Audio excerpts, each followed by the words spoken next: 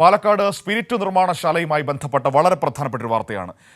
നമ്മുടെ സംസ്ഥാനത്തേക്ക് ഒരു വർഷം ഇപ്പോൾ എഥനോളും ഒപ്പം തന്നെ സ്പിരിറ്റുമൊക്കെയായി ഇറക്കുമതി ചെയ്യുന്നത് ഏകദേശം 3000 കോടി രൂപയുടെ ഇറക്കുമതിയാണ് ഒരു വർഷം നമ്മുടെ സംസ്ഥാനത്ത് നടക്കുന്നത്.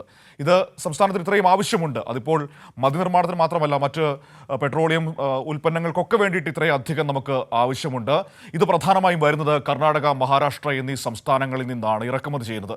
ഇതിനൊരു വലിയ പരിഹാരം തേടിയാണ് നമ്മൾ ഈ എലപ്പുള്ളിയിലെ സ്പിരിറ്റ് നിർമ്മാണശാലയ്ക്ക് അനുമതി നൽകിയത്. സ്വാഭാവികമായും ഒരു വലിയ പദ്ധതിയാണ്. 600 കോടി രൂപ മുതൽ മുടക്കുള്ള, പ്രാഥമിക ഘട്ടത്തിൽ തന്നെ 600 കോടി രൂപ മുതൽ മുടക്കുള്ള ഒരു വലിയ പദ്ധതി. 600 പേർക്കും നേരിട്ട് തൊഴിൽ നൽകും. ഒപ്പം തന്നെ 2000-ഓളം പേർക്ക് പരോക്ഷമായിട്ടും അവിടെ തൊഴിൽ ലഭിക്കുന്ന ഒരു സാധ്യത. അതൊന്ന്. മറ്റൊന്ന്, നമ്മൾ പറഞ്ഞില്ലേ, ഏകദേശം 3000 കോടി രൂപയാണ് ഒരു വർഷം സംസ്ഥാനത്തിന് പുറത്തേക്ക് പോകുന്നത്.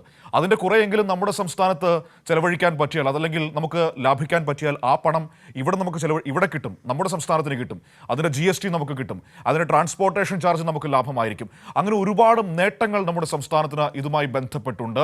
അപ്പോൾ അങ്ങനെ ഒരു പ്രശ്നപരിഹാരം കൂടിയാണ് നമുക്ക് ഈ സ്പിരിറ്റ് നിർമ്മാണ കേന്ദ്രം ആരംഭിക്കുന്നതോടെ ഉണ്ടാകാൻ പോകുന്നത്. അതുമാത്രമല്ല, ഇതൊരു നിയമവിരുദ്ധ വ്യവസായമൊന്നുമല്ലല്ലോ. നമ്മുടെ രാജ്യത്തിൻ്റെ വിവിധ സംസ്ഥാനങ്ങളിൽ, പ്രത്യേകിച്ചും കർണാടകമാണ് അതിൻ്റെ ഒരു കേന്ദ്രം എന്ന് പറയുന്നത്, മഹാരാഷ്ട്രയുണ്ട്, പഞ്ചാബുണ്ട്, മധ്യപ്രദേശുണ്ട്, ഇവിടങ്ങളിലൊക്കെ ഈ പറയുന്ന എണ്ണയുണ്ട്, സ്പിരിറ്റ് നിർമ്മാണശാലയുണ്ട്, ഇതെല്ലാം ഉണ്ട്. അപ്പോൾ നിയമപരമായ ഒരു വ്യവസായം നിയമ സംവിധാനങ്ങളുടെ പരിശോധനകളുടെ അടിസ്ഥാനത്തിൽ അനുമതി നൽകിയപ്പോൾ ഇവിടെ സംഭവിച്ചിരിക്കുന്നത് എന്താണെന്ന് നമ്മൾ കണ്ടതാണ്. അത് വലിയ വിവാദമാകുന്നു. അഴിമതി ആരോപണം ആദ്യം ഉന്നയിക്കുന്നു, പിന്നീട് അഴിമതി എന്താണെന്ന് പറയാൻ കഴിയാത്ത ഒരു സാഹചര്യം വരുന്നു. അവസാനം കുടിവെള്ളം എന്ന വിഷയത്തിൽ കയറി പിടിച്ചിരിക്കുകയാണ്. വളരെ കൃത്യമായി ഈ കമ്പനിയുമായി ബന്ധപ്പെട്ട കരാറിൽ പറയുന്നുണ്ട്, ഒരിക്കലും ഭൂഗർഭജലം ചൂഷണം ചെയ്യില്ല, മഴവെള്ള സംഭരണി സ്ഥാപിക്കും. അതുമാത്രമല്ല, മലമ്പുഴയിൽ നിന്ന് വ്യാവസായിക അടിസ്ഥാനത്തിൽ കിൻഫ്രയ്ക്ക് നൽകുന്ന വെള്ളത്തിന് പണം കൊടുത്തവർ വാങ്ങുകയും ചെയ്യും. ആ രീതിയിലാണ് അതിന് നിർമ്മാണം പോകുന്നത്. അതിലെന്തെങ്കിലും ഒരു ലംഘനം ഉണ്ടായാൽ ശരിയാണ്, ഈ പറയുന്ന കാര്യങ്ങളൊക്കെ നമുക്ക് മനസ്സിലാക്കാൻ പറ്റും. പക്ഷേ അങ്ങനെ ഒരു ലംഘനവും സംഭവിച്ചിട്ടുമില്ല. അപ്പോൾ എന്തുകൊണ്ടാണ് പ്രതിപക്ഷം ഈ എതിർപ്പുണ്ടാക്കുന്നത്, മാധ്യമങ്ങൾ ഈ കുത്തിത്തിരിപ്പ് നടത്തുന്നത്? അങ്ങനെ ഒരുപാട് ചോദ്യങ്ങൾ നമ്മുടെ മുന്നിൽ നിൽക്കുകയാണ്. ഏതായാലും ഇപ്പോൾ ഷീജ തിരുവനന്തപുരത്ത് നിന്ന് നമ്മളോടൊപ്പം ചേരുകയാണ് ഈ വാർത്തയുടെ സമഗ്രമായ വിവരങ്ങളുമായി. നമുക്ക് നോക്കാം എന്താണ് സംഭവിച്ചുകൊണ്ടിരിക്കുന്നത്. Sheeja, good morning.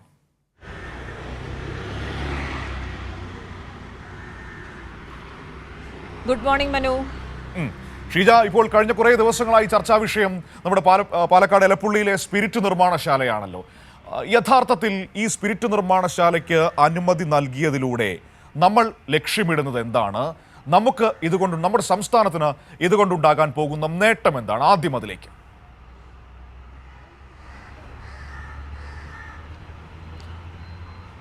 തീർച്ചയായും മനു, കാരണം ഈ ഒരു പാലക്കാട് എലപ്പുള്ളിയിൽ വരാൻ പോകുന്ന സ്പിരിറ്റ് നിർമ്മാണ കേന്ദ്രവുമായി ബന്ധപ്പെട്ട വലിയ തോതിലുള്ള തെറ്റായ പ്രചരണമാണ് സംസ്ഥാനത്തുടനീളം പ്രതിപക്ഷം നടത്തിക്കൊണ്ടിരിക്കുന്നത് എന്നുള്ളതിൽ സംശയമില്ല. അതിൻ്റെ ഓരോ ഘട്ടങ്ങളായി നമ്മൾ അതിൻ്റെ വസ്തുതകൾ പുറത്തു കൊണ്ടുവരിക എന്നുള്ളതാണ് ഇപ്പോൾ നമ്മൾ ചെയ്യുന്നത്. അതിൻ്റെ ആദ്യഘട്ടം എന്ന നിലയിലാണ് എന്താണ് ഈ ഒരു സ്പിരിറ്റ് നിർമ്മാണ കേന്ദ്രം ഇവിടെ കേരളത്തിൽ ഉണ്ടാകുന്നതിലൂടെ സംസ്ഥാനത്തിൽ എന്ത് തരത്തിലുള്ള മാറ്റമാണ് ഉണ്ടാകാൻ പോകുന്നത്, അതില്ലെങ്കിൽ സംസ്ഥാനത്തിന് എന്താണ് നേട്ടം എന്നുള്ളതാണ്. അതിൽ ഏറ്റവും മനു ആദ്യം സൂചിപ്പിച്ചതുപോലെ തന്നെ ഒരു വർഷം സംസ്ഥാനത്തേക്ക് അന്യ സംസ്ഥാനങ്ങളിൽ നിന്ന് എത്തുന്നത് 3000 കോടിയോളം രൂപയുടെ സ്പിരിറ്റാണ് എന്നുള്ളതാണ് അതിൽ ഏറ്റവും സുപ്രധാനപ്പെട്ട കാര്യം എടുത്തു പറയേണ്ടത്. അതിൽ ഏറ്റവും ഭൂരിപക്ഷം എത്തുന്നത് കർണാടക, മഹാരാഷ്ട്ര എന്നീ സംസ്ഥാനങ്ങളിൽ നിന്നാണ് എന്നുള്ളതും എടുത്തു പറയേണ്ടത് തന്നെയാണ്. അതിൽ സംസ്ഥാനത്തിൻ്റെ ഒരു ആവശ്യം എന്ന് പറയുന്നത് ഇപ്രകാരമാണ്. അതായത് സംസ്ഥാനത്ത് നിലവിൽ ഈ 3000 കോടി രൂപയുടെ എത്തനോളും അതോടൊപ്പം തന്നെ ENAയും ഇറക്കുമതി ചെയ്യുന്നത്. ഇതിന്റെ ട്രാൻസ്പോർട്ടേഷന് വേണ്ടി മാത്രം ചെലവാക്കുന്നത് 400 കോടിയോളം രൂപയാണ്. അത് ഇനി പറയാൻ പോകുന്നത് 2024 സംസ്ഥാനത്ത് എത്തിയിട്ടുള്ള കണക്കാണ്. അതായത് ENAയും എത്തനോളും സംസ്ഥാനത്ത് 39.55 കോടി ലിറ്ററാണ് എത്തിയിട്ടുണ്ടായിരുന്നത്. അതിനൊപ്പം തന്നെ ഡിസ്റ്റിലറികൾക്ക് വേണ്ടിയിട്ടുള്ള ENA എത്തിച്ചിരിക്കുന്നത് 9.21 കോടി ലിറ്ററാണ്. സ്പിരിറ്റിനായുള്ള മാത്രം ചെലവ് ഇതിലൂടെ 756.22 കോടി രൂപ. അതായത് ഇവിടെ എത്തിക്കുന്ന എത്തനോള്, അതോടൊപ്പം തന്നെ എത്തനോളിന് പുറമെ ENAയും ഇനി നമുക്ക് എണ്ണ കമ്പനികൾക്ക് വേണ്ടിയിട്ടും ഇങ്ങോട്ടേക്ക് സ്പിരിറ്റ് എത്തുന്നുണ്ട്. അതിൽ ഈ എണ്ണ കമ്പനികൾക്ക് വേണ്ടി ഇറക്കുമതി ചെയ്ത എത്തനോൾ എന്ന് പറയുന്നത് 30.26 കോടി ലിറ്ററാണ്. അപ്പോൾ അതിൻ്റെ ചെലവ് വരുന്നത് 1966.3 കോടി രൂപ. ഇതിന് പുറമെ മറ്റൊരാവശ്യം, അതായത് വ്യാവസായിക ആവശ്യത്തിന് കൂടി സ്പിരിറ്റ് ഇറക്കുമതി ചെയ്യുന്നുണ്ട്. അത് 8.34 ലക്ഷം ലിറ്ററാണ്. അതായത് സംസ്ഥാനത്തിൻ്റെ ആവശ്യം കണക്കിലെടുത്ത് സ്പിരിറ്റ് നിർമ്മാണ കേന്ദ്രം സർക്കാർ ഇവിടെ ഒരു സ്പിരിറ്റ് നിർമ്മാണ കേന്ദ്രം ആരംഭിക്കുകയാണെങ്കിൽ ഈ ട്രാൻസ്പോർട്ടേഷൻ ചാർജൊക്കെ പിന്നീട് നമുക്ക് ആ രീതിയിൽ അത്രത്തോളം വലിയ ചെലവ് വരുന്നില്ല. ഇവിടെ തന്നെ ആരംഭിക്കുമ്പോൾ ഇവിടെ പല രീതിയിലുള്ള കാര്യങ്ങൾക്ക് ഉപയോഗിക്കാം. അത് ഇപ്പോൾ ഈ പറയുന്നത് പോലെ ഇത് ഒരു തെറ്റായ വ്യാഖ്യാനം നടക്കുന്നത് മദ്യനിർമ്മാണത്തിന് വേണ്ടി എന്നുള്ള തരത്തിലാണ്. പക്ഷേ ഇത് പൂർണ്ണമായും മദ്യനിർമ്മാണത്തിന് വേണ്ടിയുള്ളതല്ല എന്നുള്ളതാണ് ആദ്യം തന്നെ എടുത്തു പറയേണ്ടത്. ഇവരൊരു ഘട്ടം ഘട്ടമായിട്ടാണ് ഈ ഒരു കമ്പനിയുടെ പ്രവർത്തനം അവർ സർക്കാരിന് നൽകിയിട്ടുള്ള കാര്യങ്ങളിൽ പറയുന്നത്. കാരണം ഇത് ആരംഭിക്കുന്നത് എന്ന് പറയുന്നത് ആദ്യം തന്നെ ഒരു വ്യവസായ സംരംഭം എന്ന നിലയ്ക്കാണ്. വ്യവസായ സംരംഭത്തിന് ഏത് രീതിയിലാണ് അനുമതി നൽകുന്നത് എന്നുള്ളത് സംസ്ഥാനത്ത് എല്ലാവർക്കും അറിയുന്നതാണ്. കാരണം ഏകജാലകത്തിലൂടെയാണ് അതിന് അനുമതി നൽകുന്നത്. കൃത്യമായ രീതിയിൽ ഏകജാലകത്തിലൂടെ ചീഫ് സെക്രട്ടറിയുടെ അധ്യക്ഷതയിൽ നടന്ന യോഗത്തിൽ അതിൽ എലപ്പുള്ളി പഞ്ചായത്തിലെ സെക്രട്ടറി വരെ പങ്കെടുത്തിരുന്നു എന്നുള്ളതാണ് ഏറ്റവും പ്രധാനപ്പെട്ട കാര്യം. അത് മന്ത്രി തന്നെ കഴിഞ്ഞ ദിവസം വ്യക്തമാക്കുകയും ചെയ്തിരുന്നു. അതിൻ്റെ മിനിറ്റ്സിൽ കൃത്യമായ രീതിയിൽ ഇതിന് പ്രാരംഭ അനുമതി നൽകുന്നതിൽ പഞ്ചായത്ത് സെക്രട്ടറി അടക്കം അനുമതി നൽകിയിട്ടുണ്ട് എന്നുള്ള കാര്യം ആ രേഖകളിൽ നിന്ന് തന്നെ വ്യക്തമാകുകയും ചെയ്ത കാര്യമാണ്. അപ്പോൾ ഒരു തരത്തിലുള്ള അനധികൃത ഇടപെടലും സർക്കാർ ഇതിൽ നടത്തിയിട്ടില്ല. ഇനി ആ കമ്പനിക്ക് മുന്നിലാണുള്ളത്. അവർ അതിൽ പാരിസ്ഥിതിക അനുമതി വാങ്ങിക്കേണ്ടതുണ്ട്. നിരവധി ഘട്ടങ്ങളിലൂടെ ഇനി പോകേണ്ടതുണ്ട്. ഇതൊരു പ്രാരംഭ അനുമതി മാത്രമാണ് സർക്കാർ നൽകിയിട്ടുള്ളത്. അന്തിമ അനുമതി അല്ല നൽകിയിട്ടുള്ളത് എന്നുള്ളത് ഏറ്റവും പ്രധാനപ്പെട്ട കാര്യം തന്നെയാണ്. അതുകൊണ്ട് ഇനി വിവിധ ഘട്ടങ്ങളിലൂടെ കടന്നുപോയതിനു ശേഷം മാത്രമായിരിക്കും ഇതിന് അന്തിമ അനുമതി നൽകുക. പക്ഷേ ഇത് പ്രാഥമികമായി ഇത്തരത്തിൽ ഒരു കമ്പനി ഇവിടെ വരികയാണെങ്കിൽ, ഒരു വ്യവസായ സംരംഭം ഇവിടെ വരികയാണെങ്കിൽ അത് ഏത് രീതിയിൽ സംസ്ഥാനത്തിന് നേട്ടമുണ്ടാകും എന്നുള്ളത് ആദ്യമായി തന്നെ നമ്മൾ എടുത്തു കാണേണ്ടതാണ്. കർണാടകത്തിൽ നിന്നും മഹാരാഷ്ട്രയിൽ നിന്നുമുള്ള ഇങ്ങോട്ടേക്കുള്ള സ്പിരിറ്റിൻ്റെ ഒഴുക്ക് അത് തടയുവാനും സംസ്ഥാനത്ത് തന്നെ അത് ഉൽപ്പാദിപ്പിക്കുമ്പോൾ വ്യവസായ സ്ഥാപനങ്ങൾക്ക് അത് വലിയ തോതിൽ പ്ലസ് പോയിന്റ് ആകുന്നു. അതോടൊപ്പം തന്നെ എണ്ണ കമ്പനികൾക്ക് സഹായമാകുന്നു. അതിന് പുറമെയാണ് ഈ മദ്യനിർമ്മാണത്തിന് വേണ്ടിയിട്ടുള്ള ഈ സ്പിരിറ്റിൻ്റെ നിർമ്മാണവും ഇവിടെ തന്നെ ആരംഭിക്കാൻ സാധിക്കുന്നു എന്നുള്ളൊരു കാര്യം. അത് വലിയ തോതിൽ സംസ്ഥാനത്തിന് നേരത്തെ മനു സൂചിപ്പിച്ചതുപോലെ തന്നെയാണ്. ഇത്തരത്തിൽ ട്രാൻസ്പോർട്ടേഷൻ ചാർജ് എല്ലാം മാറ്റി നിർത്തുമ്പോൾ ഇവിടേക്ക് കൂടുതൽ സംസ്ഥാനത്തിൻ്റെ വരുമാനത്തിൽ തന്നെ അതിൻ്റെ ഒരു പ്രതിഫലനം ഉണ്ടാകുമെന്നുള്ളതിൽ ഒരു തരത്തിലുള്ള തർക്കവുമില്ല. മനു, തീർച്ചയായും ഷീജ, നമ്മൾ ഈ സ്പിരിറ്റ് ഇറക്കുമതിയിലൂടെ GST ഇനത്തിൽ മാത്രം ഏകദേശം 500 കോടിയോളം രൂപയാണ് മറ്റ് സംസ്ഥാനങ്ങൾക്ക്, കർണാടകത്തിന് മാത്രം കിട്ടുന്നത്. ആ തുകയും നമുക്ക് ഇവിടെ കിട്ടിയാൽ അതൊരു വലിയ മുതൽക്കൂട്ടാവും നമ്മുടെ ഖജനാവിലേക്ക്. ഇവിടെ പ്രധാനപ്പെട്ട ഒരു കാര്യം, സ്പിരിറ്റ് എന്ന് പറയുമ്പോൾ തന്നെ പ്രചരിപ്പിക്കുന്നത് അത് മദ്യമുണ്ടാക്കാൻ വേണ്ടി മാത്രമാണ്, അല്ലെങ്കിൽ മദ്യം നാട്ടിൽ ഒഴുക്കാൻ വേണ്ടിയിട്ടാണെന്നാണ്. എന്നാൽ സ്പിരിറ്റിൻ്റെയും ഈ എഥനോളിൻ്റെയും എണ്ണയുടെയും ഒക്കെ മറ്റുപയോഗം അത് പെട്രോളിയത്തിലടക്കം ചേർക്കുന്നതാണ്, മറ്റ് വ്യവസായങ്ങൾക്ക് ആവശ്യമുള്ളതാണ് എന്നതിനെക്കുറിച്ചൊന്നും പറയാൻ ആരും നിൽക്കുന്നില്ല എന്ന ഒരു വസ്തുത നമ്മുടെ മുൻപിലുണ്ട്. മറ്റൊന്ന്, എന്തുകൊണ്ടായിരിക്കാം പ്രതിപക്ഷം ഇങ്ങനെ കണ്ണടച്ച് ഇതിനെ എതിർക്കുന്നത്? കാരണം ആദ്യം അവർ പറഞ്ഞത് അഴിമതി ഉണ്ട് എന്നതായിരുന്നു. പക്ഷേ എന്താണ് അഴിമതി എന്ന് ചോദിച്ചപ്പോൾ അതിൽ അവർക്ക് വ്യക്തതയില്ലാതായി, അതിൽ മറുപടി ഇല്ലാതായി. പിന്നീടാണ് കുറേ കണക്കുകൾ നമ്മുടെ മുൻപിലേക്ക് വരുന്നത്. ഇപ്പോൾ മന്ത്രി MB രാജേഷ് കഴിഞ്ഞ ദിവസം പറഞ്ഞതുപോലെ കർണാടകത്തിലെ ഇവിടെ ഏറ്റവും കൂടുതൽ സ്പിരിറ്റ് നമുക്ക് നൽകുന്നത് ഹർഷ ഷുഗേഴ്സ് എന്ന് പറയുന്ന സ്ഥാപനമാണ്. അത് കർണാടകത്തിലെ ലക്ഷ്മി ഹെബ്ബാർ എന്ന് പറയുന്ന കോൺഗ്രസ് മന്ത്രിയുടെ, അവിടുത്തെ മഹിളാ കോൺഗ്രസിൻ്റെ സംസ്ഥാന അധ്യക്ഷതയുടെ ഉടമസ്ഥതയിലുള്ള സ്ഥാപനമാണ്. അപ്പോൾ ഈ ആരോപണങ്ങളിലൂടെ ഇവർ ലക്ഷ്യമിടുന്നത് കർണാടക ലോബിക്ക് വേണ്ടിയുള്ള സഹായമാണ് എന്ന് സംശയിച്ചാൽ ആരെയും തെറ്റു പറയാൻ കഴിയില്ല.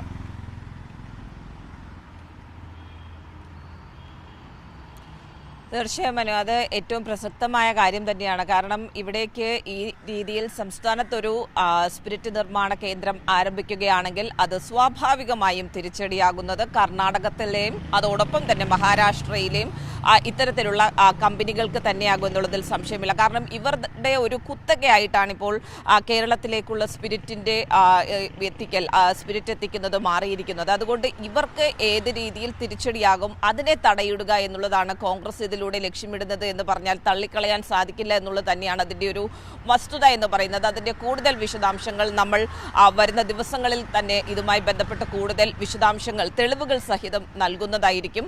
ഏതായാലും ഇതുമായി ബന്ധപ്പെട്ടുകൊണ്ട് കൃത്യമായ രീതിയിൽ സംസ്ഥാന സർക്കാർ പറയുന്ന വാദം മറ്റൊന്നുമല്ല. സംസ്ഥാന സർക്കാർ പറയുന്നത് ഇതിന് ഒരു തരത്തിലും സംസ്ഥാന സർക്കാരിന്റെ ഇടപെടലിലൂടെയല്ല ഇത്തരത്തിലൊരു വ്യവസായ സംരംഭത്തിന് അനുമതി കൊടുക്കുന്നത്. ഒരു വ്യവസായ സംരംഭം ആരംഭിക്കാൻ ടെൻഡർ വിളിക്കേണ്ടതില്ല, അത് എല്ലാവർക്കും അറിയുന്നതാണ്. പക്ഷേ പ്രതിപക്ഷം ഇത് അംഗീകരിക്കാൻ തയ്യാറല്ല. പ്രതിപക്ഷം ഒരു മദ്യ കമ്പനിക്ക് അനുമതി നൽകുന്നു എന്ന തരത്തിലാണ് ഇതിനെ ചിത്രീകരിക്കുന്നത്. പക്ഷേ ഇതൊരു വ്യവസായ സംരംഭമാണ്. അവർ ലക്ഷ്യമിടുന്നതെന്ന് പറയുന്നത് ഇവിടെ എത്തി പാലക്കാടാണ് ഏറ്റവും കൂടുതൽ ഇവർക്ക് റോ മെറ്റീരിയൽസ് കിട്ടാൻ ഏറ്റവും സുലഭമായ ഒരു പ്രദേശം എന്ന് പറയുന്നത് പാലക്കാട് ജില്ലയാണ്. അവർ സംസ്ഥാന സർക്കാരിനോട് പറയുന്നത് ഇവിടെ ഒരു വ്യവസായ സംരംഭം ആരംഭിക്കുന്നു. അവിടെ അവർ ഈ കരിമ്പ്, അതോടൊപ്പം തന്നെ ഗോതമ്പ്, പുറമെ മരിച്ചീനി തുടങ്ങിയ നിരവധി സാധനങ്ങളിൽ നിന്നും അവർ സ്പിരിറ്റ് ഉൽപ്പാദിപ്പിക്കും. അത് ശുദ്ധീകരിച്ചതും ശുദ്ധീകരിക്കാത്തതുമുണ്ട്. ശുദ്ധീകരിക്കാത്തത് എണ്ണ കമ്പനികൾക്ക് നൽകുന്നു, ശുദ്ധീകരിച്ചത് ആണ് അത് മറ്റ് ഡിസ്റ്റിലറികൾക്കും ബോട്ട്ലിംഗ് പ്ലാന്റുകൾക്കും വേണ്ടി നൽകുന്നത്. ആ രീതിയിൽ ഉള്ള നടപടിയാണ് ആദ്യഘട്ടത്തിൽ ആരംഭിക്കുന്നത്. ഈ പ്രതിപക്ഷം ആരോപിക്കുന്നത് ഒരു ബ്രൂവറി എന്ന് പറഞ്ഞാണ്. പക്ഷേ ഈ ബ്രൂവറിക്ക് വേണ്ടിയിട്ട് അവർ അതിൻ്റെ 4ാമത്തെ ഘട്ടത്തിൽ മാത്രമാണ് സംസ്ഥാന സർക്കാരിന് മുന്നിൽ അപേക്ഷ സമർപ്പിച്ചിട്ടുള്ളത്. ആദ്യഘട്ടത്തിൽ ഇത്തരത്തിൽ ഈ ഒരു സ്പിരിറ്റിൻ്റെ നിർമ്മാണമാണ് ലക്ഷ്യമിടുന്നത്. അതിൻ്റെ 3 ഘട്ടം കഴിഞ്ഞ് 4ാമത്തെ ഘട്ടത്തിലേക്ക് കടക്കുമ്പോൾ മാത്രമാണ് ബ്രൂവറി എന്നതിലേക്ക് എത്തുന്നത്. പക്ഷേ ഇതൊന്നും തന്നെ പ്രതിപക്ഷം അതിൻ്റെ വസ്തുതകളിലേക്ക് പോകാൻ തയ്യാറല്ല. മറിച്ച് ഈ കർണാടകത്തിൽ നിന്ന് ഇങ്ങോട്ടേക്ക് എത്തുന്ന സ്പിരിറ്റിൻ്റെ ഒഴുക്ക്, ആ ഒഴുക്ക് അത് കൃത്യമായ രീതിയിൽ ചില കമ്പനികളുടെ ഒരു കുത്തകയായി തന്നെ ഇപ്പോൾ നിലനിൽക്കുന്നതാണ്. അവർക്ക് വേണ്ടി വാദിക്കുന്ന ഒരു തരത്തിലാണ് ഇപ്പോൾ പ്രതിപക്ഷം സ്വീകരിക്കുന്ന നിലപാടുകൾ എന്നുള്ളതിൽ ഒരു തരത്തിലുള്ള തർക്കവുമില്ല. സംസ്ഥാനത്തിൻ്റെ താല്പര്യം എന്താണ്, സംസ്ഥാനത്തിന് ഗുണകരമായി വരുന്നത് എന്താണ്, അതൊന്നും അതുകൊണ്ട് തന്നെയാണ് മനസ്സിലാക്കിയിട്ട് പോലും മനസ്സിലാക്കാത്ത തരത്തിൽ പ്രതിപക്ഷം പെരുമാറുന്നത്, അത്തരത്തിലുള്ള വ്യാജ പ്രചരണങ്ങൾ മറ്റൊരു പ്രധാനപ്പെട്ട കാര്യം, ഇതുമായി ബന്ധപ്പെട്ട് എത്രയോ അബദ്ധ പ്രചരണങ്ങളാണ് പ്രതിപക്ഷം നടത്തുന്നത്. ഒന്ന്, നമ്മുടെ ടെൻഡർ വിളിച്ചില്ല എന്ന്. ഷീജയൊക്കെ കുറേ നാളായല്ലോ, എന്നേക്കാളും മുമ്പ് മാധ്യമ പ്രവർത്തനം തുടങ്ങിയതാണ്. ഷീജ എപ്പോഴെങ്കിലും കണ്ടിട്ടുണ്ടോ ഒരു സ്വകാര്യ സ്ഥാപനം നമ്മുടെ സംസ്ഥാനത്തൊരു നിക്ഷേപത്തിന് വരുമ്പോൾ ടെൻഡർ വിളിക്കുന്ന നടപടി? ഷീജ ഏതെങ്കിലും കാലത്ത് ഷീജയുടെ ശ്രദ്ധയിൽപ്പെട്ടു? UDF കാലത്തൊക്കെ വാർത്തകൾ റിപ്പോർട്ട് ചെയ്തിട്ടുള്ള ആളാണല്ലോ. അന്നൊക്കെ ഒരു സ്വകാര്യ സ്ഥാപനം ഇവിടെ നിക്ഷേപത്തിന് വരുമ്പോൾ ടെൻഡർ വിളിക്കുന്നത് ഷീജ കണ്ടിട്ടുണ്ടോ? മറ്റൊന്ന്, ഇതിൽ പറയുന്ന മറ്റൊരു പ്രധാനപ്പെട്ട വിഷയം എന്ന് പറയുന്നത് ഈ കുടിവെള്ളം ഊറ്റിയെടുക്കുമെന്നാണ്. എങ്ങനെയാണ് ആ കരാർ? ഒരു മഴവെള്ള സംഭരണിയും ഒപ്പം തന്നെ ഈ മലമ്പുഴയിൽ നിന്ന്, റിസർവോയറിൽ നിന്ന് കിൻഫ്രയ്ക്ക് വ്യാവസായിക അടിസ്ഥാനത്തിൽ നൽകുന്ന വെള്ളത്തിൽ പണം കൊടുത്ത് വാങ്ങും എന്നതല്ലേ ഈ കമ്പനി പറഞ്ഞിരിക്കുന്ന കാര്യമെന്ന് പറയുന്നത്? ഇതിൽ അതിൻ്റെ വസ്തുത എന്താണ്?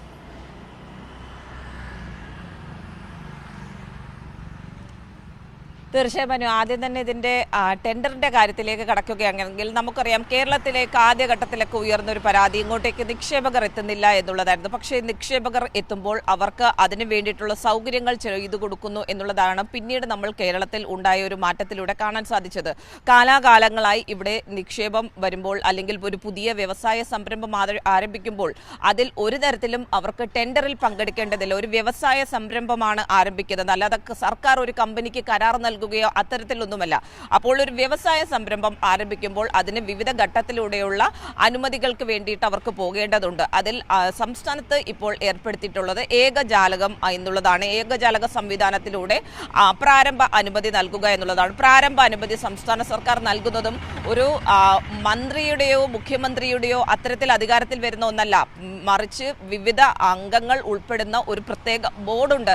ആ ബോർഡാണ് അതിന് പ്രാഥമിക അനുമതി നൽകേണ്ടത്. അതിനുശേഷം അവർ പാരിസ്ഥിതിക അനുമതി ഉൾപ്പെടെ അത് ഗ്രീൻ ട്രിബ്യൂണലിൽ നിന്ന് അവർ കൈപ്പറ്റേണ്ടതാണ്. അതടക്കമുള്ള കാര്യങ്ങൾ അവർ കരസ്ഥമാക്കിയാൽ മാത്രമേ അതിന് പ്രവർത്തനാനുമതി ലഭിക്കുകയുള്ളൂ എന്നുള്ളതാണ് ഇതിൻ്റെ മറ്റൊരു വസ്തുത എന്ന് പറയുന്നത്.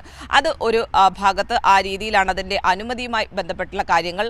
അതിനൊപ്പം തന്നെ ഇപ്പോൾ പ്രതിപക്ഷം ഉന്നയിക്കുന്ന മറ്റൊരു വിഷയം മനു സൂചിപ്പിച്ചതുപോലെ ഇവിടെ ജലചൂഷണം നടക്കുന്നു എന്നുള്ളതാണ്. ജലചൂഷണം വലിയ തോതിൽ പാലക്കാട് ഉണ്ടാകും എന്നുള്ളതാണ് അവർ പ്രചരിപ്പിക്കുന്നത്. അതിൽ ഏറ്റവും ചെറിയ അല്ലെങ്കിൽ ഏറ്റവും മികച്ച ഉദാഹരണം എന്ന് പറയുന്നത് പാലക്കാട് പ്രവർത്തിക്കുന്ന കിൻഫ്ര പാർക്ക് തന്നെയാണ്. കാരണം കിൻഫ്രയിൽ അവർ മഴവെള്ള സംഭരണിയിലൂടെ കൃത്യമായ രീതിയിൽ അവർക്ക് ആവശ്യമായിട്ടുള്ള വെള്ളം ഇതിനകം തന്നെ ഉൽപ്പാദിപ്പിച്ച് അവിടെ നിരവധി സ്ഥാപനങ്ങളാണ് പ്രവർത്തിക്കുന്നത്. അത് കൃത്യമായ രീതിയിൽ തന്നെ ഒരു തരത്തിലുള്ള പ്രശ്നവും ഉണ്ടാക്കുന്നില്ല. അവിടുത്തെ ജലം ചൂഷണം ചെയ്യാതെ നിരവധി സ്ഥാപനങ്ങൾ ആ കിൻഫ്ര പാർക്കിനുള്ളിൽ പ്രവർത്തിക്കുന്നുണ്ട്. അവിടെ ഏകദേശം 8 ദശലക്ഷം ലിറ്റർ മുതൽ എനിക്ക് തോന്നുന്നു ഒരു 10 ലക്ഷം വരെയും ആ രീതിയിൽ അവർക്ക് അവിടെ നിന്ന് മഴവെള്ള സംഭരണിയിൽ നിന്ന് മാത്രം ഉൽപ്പാദിപ്പിക്കാൻ സാധിക്കുന്നുണ്ട് എന്നുള്ളതാണ് മനസ്സിലാക്കാൻ സാധിക്കുന്നത്. ഏതായാലും അതിന് പുറമെയാണ് അവർക്ക് നൽകിയിട്ടുള്ള മലമ്പുഴ ഡാമിൽ നിന്ന് നൽകിയിട്ടുള്ള വെള്ളത്തിൻ്റെ ഒരു കണക്ക് എന്ന് പറയുന്നത്. പക്ഷേ അവിടുത്തെ കണക്കും കഴിഞ്ഞ ദിവസം നമ്മുടെ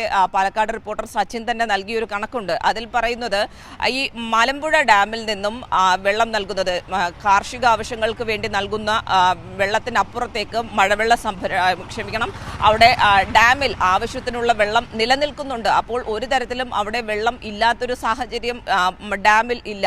അതിനൊപ്പം തന്നെ ഈ ഭൂഗർഭ ജലത്തിന്റെ ചൂഷണം ഒരു തരത്തിലും അവിടെ ഉണ്ടാകില്ല എന്നുള്ളത് ഈ സ്ഥാപനം തന്നെ സർക്കാരിന് നൽകിയിട്ടുള്ള കരാറിൽ വ്യക്തമാക്കുന്നുണ്ട്. അവർ ലക്ഷ്യമിടുന്നത് മഴവെള്ള സംഭരണി, അത് ഇതിനകം തന്നെ അവർ വാങ്ങിയിട്ടുള്ള സ്ഥലത്ത് മഴവെള്ള സംഭരണത്തിന് വേണ്ടിയിട്ടുള്ള നടപടികൾ അവർ ആരംഭിച്ചിട്ടുണ്ട്. അപ്പോൾ മഴവെള്ള സംഭരണിയിലൂടെ തന്നെ അവർക്ക് പ്രവർത്തിക്കാൻ സാധിക്കും. അതിനപ്പുറത്തേക്ക് വേണ്ട ജലമാണ് കിൻഫ്രയിലേക്ക് നൽകുന്നതിൽ നിന്നും അവർ വാങ്ങുന്നത്. അത് ഏകദേശം 5